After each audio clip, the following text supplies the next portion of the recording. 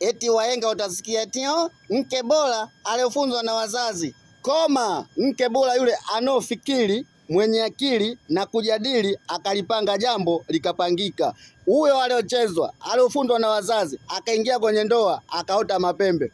Akishaingia tu kwenye ndoa, utaanza kusikia michezo yeye, shughuli yeye, vikoba yeye, kucha hajapaka rangi, sijui anadaiwa kwa Wasumani, sijui mkoa muha akapita, sijui kafanyaje, anachoa 15,000, utasikia tu eti 15,000 haitoshi na bajeti kubwa. Pumbavu! Unaona wanawake wenzako wanaozunguka barabarani, wanabeba matenga, wanabeba mabeseni, wametia nyanya, wametia vitunguu, wametia karoti, wametia embe, wametia machungwa, wanauza mabarabarani 200, 300.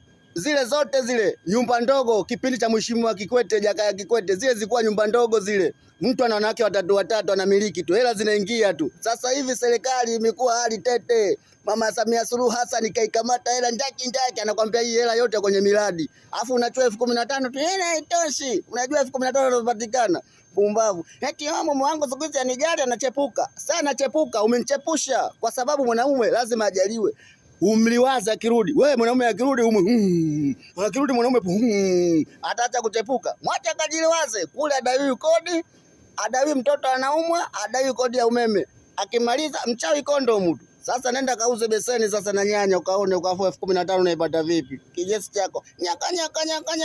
Ndoa zenu mnazivunja nyinyi wenyewe. Kinyesi chako cha bibi yako kijijini huko.